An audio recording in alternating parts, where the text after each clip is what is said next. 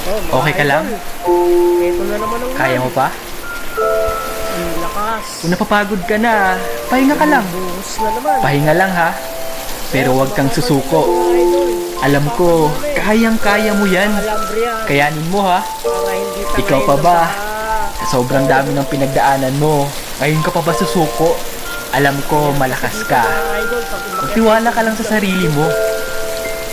Proud na proud ako sa'yo. Hanggang sa second Proud na floor. proud.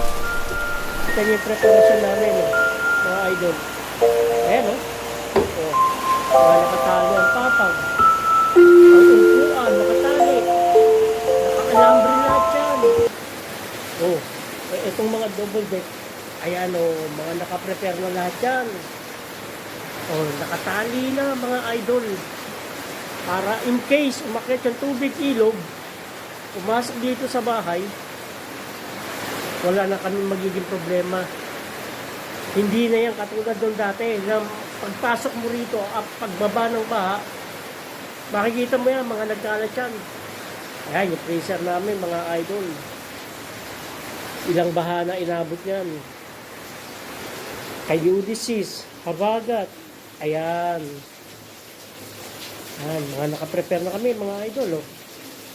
Kita nyo? Wala rin mga gamit, oh. Nakatabi na. Oh, nasa second floor na lahat. Oh, kita nyo? Anyway, magstay lang kayo sa akot channel ko. Lagi kayo makakapag-update tungkol sa tubig baha, tubig ilog ng Marikina. Ha? Thank you.